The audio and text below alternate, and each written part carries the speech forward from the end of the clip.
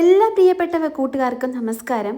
ഈ വർഷത്തെ ഏറ്റവും പുണ്യം നിറഞ്ഞതും അതേസമയം ഒരുപാട് കരുതൽ വേണ്ടതുമായിട്ടുള്ള ഒരു കർക്കിടക മാസം ഇതാ എത്തിക്കഴിഞ്ഞു. പണ്ട് കാലത്ത് കർക്കിടകം എന്ന് കേട്ടാൽ പട്ടിണിയും വറുതിയുടെയൊക്കെ പഞ്ഞ മാസമായിരുന്നു. എന്നാൽ ഇന്ന് കാലം മാറിയിട്ടോ. എങ്കിലും കർക്കിടകത്തെ വരവേൽക്കാൻ നമ്മുടെ പൂർവികർ കാത്തു സൂക്ഷിച്ച ആചാരങ്ങൾക്കും വിശ്വാസങ്ങൾക്കും ഇന്ന് മാറ്റമൊന്നുമില്ല. കർക്കിടക മാസത്തിലേക്ക് കടക്കുന്നതിന് തൊട്ട് മുമ്പുള്ള ദിവസമാണ് നമ്മൾ കർക്കിടക സംക്രാന്തിയായിട്ട് ആചരിക്കുന്നത്. നമ്മുടെ കുടുംബത്തിലെ കഷ്ടപ്പാടുകളും രോഗങ്ങളും ഒഴിഞ്ഞ് ഐശ്വര്യം വരാൻ ചെയ്യുന്ന അതിപ്രാധാന്യമായിട്ടുള്ള ഒരു ചടങ്ങാണ് ശീബോധി വയ്ക്കൽ അഥവാ ചേട്ടയെ പുറത്താക്കൽ.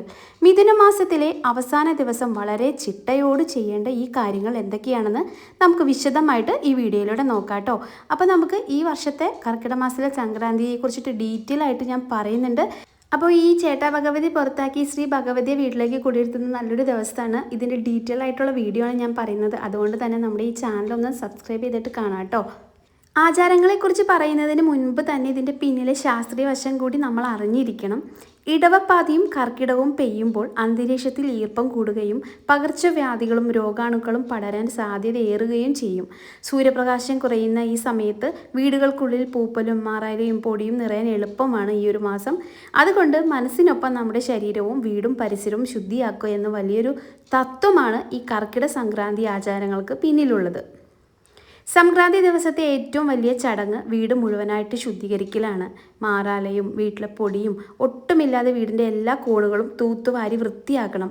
വീട്ടിലുള്ള പഴയതും കേടുവന്നതുമായിട്ടുള്ള മുറം, ചൂല്, തുണികൾ, ചെരുപ്പുകൾ, ആവശ്യമില്ലാത്ത പഴയ സാധനങ്ങൾ വീടിന് പുറത്ത് എടുത്ത് കളയുക എന്നതാണ് ഏറ്റവും വലിയ കാര്യം. ആവശ്യമില്ലാത്ത സാധനങ്ങൾ, മുറം, ചൂലെല്ലാം കത്തിച്ച് കളയുന്നത് പണ്ടൊരു പതിവാണ് കേട്ടോ. ഇതിലൂടെ വീടിനുള്ളിലെ നെഗറ്റീവ് ഊർജ്ജത്തെയാണ് നമ്മൾ പുറന്തള്ളുന്നത്. അതിനുശേഷം വീടും പരിസരവും ശുദ്ധമാക്കാൻ ചാണകം കലക്കിയ വെള്ളം, അതുപോലെ തന്നെ ചാണകം കിട്ടാത്തവർ കല്ലുപ്പും മഞ്ഞൾപ്പൊടിയും ചേർത്ത് കർപ്പൂരമൊക്കെ ഇട്ട് തിളപ്പിച്ച വെള്ളം നല്ല രീതിയിൽ വീടിനും പുറത്തും അകത്തൊക്കെ തളിച്ചാൽ മതി. ഇത് മികച്ചൊരു അണുനാശിനിയാണ് കേട്ടോ. വീട് വൃത്തിയാക്കിയ ശേഷം ഉമ്മറപ്പടി വാതിലുകളും അരിമാവ് കൊണ്ട് അണിഞ്ഞ് മനോഹരമാക്കണം. സംക്രമണ സമയം തുടങ്ങുന്നതിന് മുന്നേ ഒരു നാഴിക മുൻപ് തന്നെ നമ്മൾ പൂജാമുറി ഒരുക്കണം. ഈ സമയത്ത് ഒരു താലത്തിൽ അഷ്ടമംഗല്യം തട്ട് ഒരുക്കി വെക്കണം. അത് ഏറ്റവും വലിയൊരു പ്രാധാന്യമാണ് കേട്ടോ. അഷ്ടമംഗല്യ തട്ടിൽ ഉണ്ടായിരിക്കേണ്ട സാധനങ്ങൾ ഞാൻ പറഞ്ഞു തരാം. വാൽക്കണ്ണാടി മസ്റ്റായിട്ട് വേണം. അതുപോലെ ദശപുഷ്പങ്ങൾ, സിന്ദൂരച്ചെപ്പ്, കൺമഷി, അലക്കി, കോടി, തോർത്ത്, നെല്ല്, അക്ഷത എന്നിവ അഷ്ടമംഗല്യ തട്ടോടൊപ്പം ചെറിയൊരു നെയ്വിളക്ക് കൂടി തെളിയിച്ച് പ്രാർത്ഥനാ മുറിയിൽ വെക്കണം. വീട്ടിലെ സുമംഗലിമാരും കന്യകമാരും കണ്ണെഴുതി പൊട്ട് തൊട്ട് വേണം ഈ ചടങ്ങുകളിൽ പങ്കെടുക്കാൻ. ഇത് പണ്ട് കാലത്തൊക്കെ ആചരിച്ചു വന്നൊരു കാര്യമാണ് കേട്ടോ. പിന്നെ മുറ ഒരുക്കലുണ്ട്. ഒരു പഴയ മുറ എടുത്ത് അതിൽ കുറച്ച് കരി, പിന്നെ കുറച്ച് മഞ്ഞൾ, കുറച്ച് വെളുപ്പ് എന്നീ 3 നിറങ്ങളിലൂടെ ചോറുരുളകൾ വെക്കണം. അതായത് ഒരു പഴയ മുറ എടുത്ത് വെച്ചിട്ട് അതിനകത്ത് കറുത്ത കളറിലുള്ള ഒരു ഉരുള, അതുപോലെ മഞ്ഞ നിറത്തിലുള്ള ഉരുള, പിന്നെ വെളുപ്പ്, അങ്ങനെ 3 നിറത്തിലുള്ള ചോറുരുളകൾ ഉരുട്ടി വെക്കുന്നത്. ഇതെല്ലാവരും പണ്ട് നടത്തിയിരുന്ന ഒരു ചടങ്ങാണ് കേട്ടോ. പിന്നെ ഇതിനോടൊപ്പം കൂവയില, എരിഞ്ഞയില, പിന്നെ വെള്ളിങ്ങ, കുറച്ച് കുറ്റിച്ചൂല്, മൈലാഞ്ചി എന്നിവയും വെക്കണം. ചോറുരുളകൾക്ക് മുകളായിട്ട് 3 തിരികൾ കത്തിച്ച് വെക്കുന്നതും പതിവാണ്. പിന്നെ ഈ മുറം കയ്യിലേന്തി വീടിൻ്റെ എല്ലാ മുറികളിലും നമ്മൾ കയറിയിറങ്ങണം. ഈ സമയത്ത് ചേട്ടാ ഭഗവതി പുറത്തു പോ, ശ്രീ ഭഗവതി അകത്ത്, അല്ലെങ്കിൽ ശ്രീ മൂദേപ്പി പോ, ശ്രീപോതി വാ എന്ന് ഉറക്കെ ചൊല്ലണം. പണ്ട് കാലങ്ങളിൽ ഇങ്ങനെ ഉറക്കെ വിളിച്ച് പറഞ്ഞിട്ടാണ് നമ്മൾ വീടിന് അകത്തുകൂടെയൊക്കെ നടക്കുന്നത് കേട്ടോ. വീടിന് ചുറ്റും 3 തവണ ഇത്തരത്തിൽ വലം വെക്കണം. വലം വെച്ചതിന് ശേഷം ഈ മുറവും അതിലെ സാധനങ്ങളും വീടിൻ്റെ ഒഴിഞ്ഞ ഏതെങ്കിലും തെക്കോ കിഴക്കോ കോണിലേക്ക് കൊണ്ടുപോയി ഉപേക്ഷിക്കുക. നമ്മളിത് തെക്ക് ഭാഗത്ത് കോണിലേക്ക് കൊണ്ടുപോയിട്ട് അത് എവിടെയെങ്കിലും ഒഴിവാക്കി കളയണം. അത് പിന്നീട് നമ്മളത് തിരിഞ്ഞു നോക്കാതെ വേണം തിരിച്ചു വരാനായിട്ട്. ചേട്ടയെ പുറത്താക്കി കഴിഞ്ഞാൽ വീട്ടിലെ സ്ത്രീകൾ എണ്ണയും മൂക്കുറ്റി തൈലവും തേച്ച് കുളത്തിൽ പോയി നീന്തി കുളിക്കണം എന്നാണ് പഴയൊരു ആചാരം. ഇന്ന് കുളങ്ങളില്ലാത്തവരെ വീട്ടിൽ തന്നെ നല്ലതുപോലെ എണ്ണ തേച്ച് കുളിക്കുക, ശുദ്ധമായിട്ട് കുളിക്കുക എന്നുള്ളതാണ് ചെയ്യേണ്ടത്. കുളി കഴിഞ്ഞ ഉടനെ തന്നെ ദശപുഷ്പങ്ങൾ മുടിയിൽ ചൂടുക.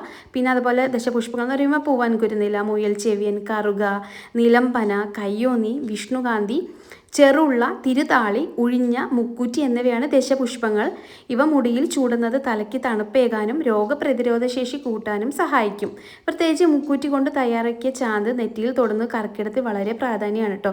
കർക്കിടക മാസം 1-ാം തീയതി മുതൽ നമ്മൾ മുക്കുറ്റി ചാന്ത് നമ്മുടെ കയ്യിൽ നന്നായിട്ട് ഞെരടിയിട്ട് അത് രാവിലെ തൊടാറുണ്ട്. കുറേ ദിവസം അങ്ങനെ തൊടാറുണ്ട്. കർക്കിടകത്തിൽ ശരീരം പുനർജീവിപ്പിക്കാനായിട്ട് നമ്മൾ ചെയ്യുന്നതാണ് സുഖചികിത്സയും മരുന്ന് കഞ്ഞി സേവയും. അതോടൊപ്പം തന്നെ കർക്കിടകത്തിലെ ചൊവ്വ ഞായർ ദിവസങ്ങളിൽ പത്തിലക്കറികൾ കഴിക്കണമെന്ന് ആചാരമുണ്ട്. തകര, ചേമ്പ്, മത്തൻ, കുമ്പളം തുടങ്ങി നമ്മുടെ പറമ്പുകളിൽ വളരുന്ന 10 ഇലകൾ ചേർത്താണ് ഈ കറി ഉണ്ടാക്കുന്നത്. ഈ സമയത്ത് മാംസാഹാരങ്ങളും ലഹരിയും പൂർണ്ണമായിട്ട് വർജിക്കുന്നതാണ് ഏറ്റവും ഉത്തമം.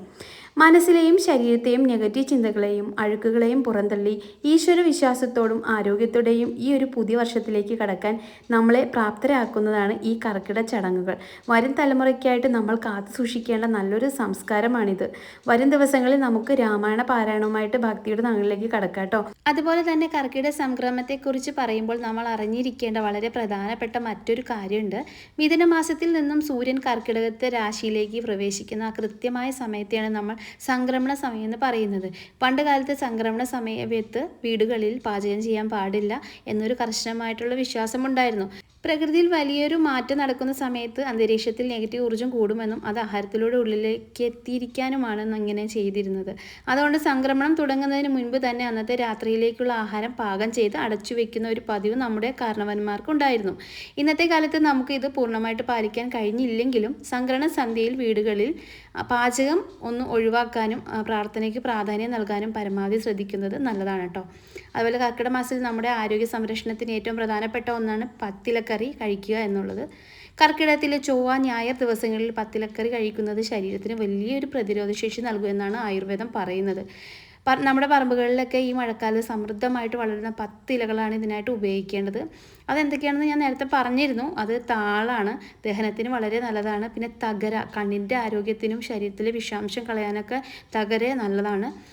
പിന്നെ മത്തനില, വിറ്റാമിനുകളിൽ ഭയങ്കര സമ്പന്നമായിട്ടുള്ള ഒരു ഇലയാണ് മത്തൻ്റെ ഇല. പിന്നെ കുമ്പളത്തില, വയറിന് കുളിർമയേകാനും സഹായിക്കുന്ന ഒരു ഇലയാണിത്. പിന്നെ ചൊറിയെണ്ണം, കൊടുത്തുവ എന്ന് പറയും.